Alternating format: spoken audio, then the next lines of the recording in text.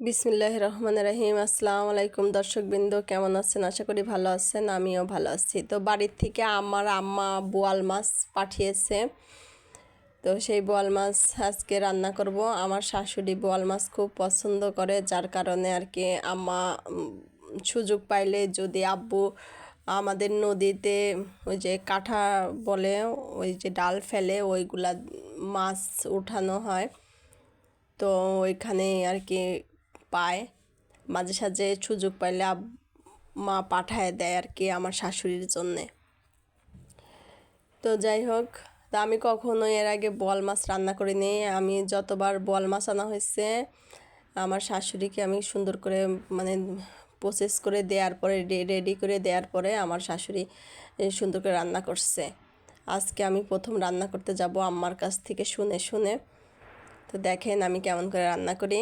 আর যারা এই মুহূর্তে একটা মানে দেখা শুরু করছেন, লাইক দেন না, একটা লাইক দিয়ে নেবেন আর সাবস্ক্রাইব করবেন। অবশ্যই কমেন্ট করে জানাবেন আমার বোয়াল মাছ রান্নাটা কেমন হয়েছে। আমি এই প্রথম রান্না করতেছি। আর এর আগেও বলেছিলাম আমি আমার বিয়ে প্রায় 12-13 বছর হয়ে গেছে। আমি আগে কখনোই রান্নার কাছে যাইনি, কারণ আমার শাশুড়ি সব রান্না বান্না করেছে। আমি আমার তার ধারের কাছে যাইতে দেয় নাই। আমি সব কিছু রেডি করে দিয়েছি। আমি বলতাম যে আম্মা আমি রান্না করি, যত হাজার অসুস্থ থাকুক তাও রান্নাটা সে করতো, কারণ আমি তখন নতুন ছিলাম, ভালো রান্না করতে পারতাম না। আর আম্মার হাতের রান্না অসাধারণ টেস্টি হয়, যার কারণে আর কি সবাই সেই জায়গায় তো আমার মতন একদমই কি বলবো আনাড়ি রাঁধুনি এগুলো মানে খেতেই পারবে না কেউ। তো যাই হোক, চেষ্টা করিনি কখনো, আর চেষ্টা করতে যাইও নাই, কারণ ছিলাম দুইজনই। যে মানে আম্মা রান্না করেছে আমি খেয়েছি। তো আর বোঝেনি তো যে রান্না না করে যদি খাবার পাওয়া যায় তাহলে কে আর রান্নাঘরে যেতে চায়। এখন আম্মা অসুস্থ, পারে না, যার কারণে আর কি আমি রান্না বান্নার কাজে এখন মানে ঢুকে পড়েছি। গেল রোজার থেকে শুরু হয়েছে, এর মধ্যে একটা নাই শুরু হয়েছে। মা মাঝে সাঝে মানে যখন আমি একদম পেরে উঠি না বা আমি সাহস করতে পারতেছি না কোনো একটা রান্নায়, তখন আর কি জোর করে ধরে নিয়ে আসে, দাঁড় করায় রাখি আর বলি যে আপনি দেখায় দেন আমি করতেছি। তখন আর কি হাতে হাত করে করে দেয়। কিছু কিছু রান্না শিখে নিচ্ছি, কিছু কিছু নিজের আইডিয়া থেকে করতেছি। তো আম্মা আবার আজকে আমার মানে খুব ধমকালো যে হ্যাঁ সব মাছই তো এরকম রান্না করা হয় একই রকম করে, এটাও তুমি পারবা, যাও তুমি।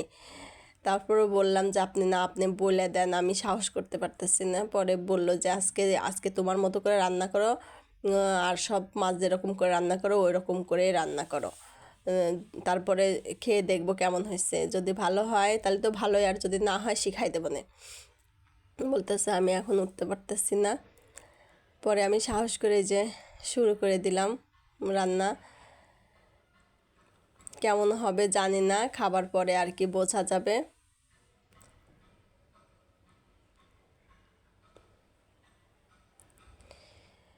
আমি যতটুকু পারতেছিলাম আর কি খুবই সাবধানতার সাথে চেষ্টা করতেছিলাম রান্না করার, যে কেমন হবে। আসলে আমার কাছে মনে হয় কি, মনে হয় সব মাছের থেকে বোয়াল মাছটা একটু অন্যরকম করে রান্না করতে হয় না, কারণ বুঝি না আমার হাতের বোয়াল মাছ রান্না এত মানে সুস্বাদু হয়, টেস্টি হয়, মানে যে খেয়েছে সেই বুঝবে, আর কেউ বুঝবে না।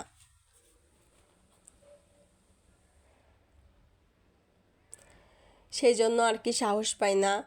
আম্মা বোয়াল মাছ সুন্দর করে কষিয়ে নেয়, তারপরে আপনার হচ্ছে আবার যেরকম করে ঝাঁকি দিয়ে দিয়ে একটু ভাঙা ভাঙা করে, তারপরে ঝোল দিয়ে ঝোলটা শুকনা শুকনা হয়ে গেলে মানে নামানোর পর্যায়ে গেলে আবার ফোড়ন দেয়, মানে ওই যে তেলে দেয়। ওই বোয়াল মাছটা খেতে এক অসাধারণ লাগে। এর মধ্যে আর কোনো সবজি বেগুন বা আলু এগুলো দেয় না, কিন্তু আজকে আমি আলু দিলাম একটু।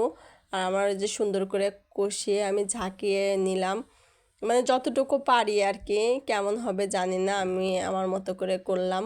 যে ঝোল দিয়ে দিলাম, ঝোলটা শুকিয়ে গেলেই আমি নামিয়ে ফেলবো। আম্মা ফোড়ন দেয়, আমি বলেছিলাম ফোড়ন দেওয়ার কথা, তা আম্মা বললো না ফোড়ন দিতে হবে না, আজকের মতন এরকমই থাক, দেখি খেয়ে দেখি কেমন লাগে। ঠিক আছে, ভালো থাকবেন, সুস্থ থাকবেন, আমার চ্যানেলের সাথেই থাকবেন।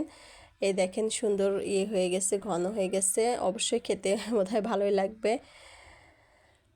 আল্লাহ হাফেজ।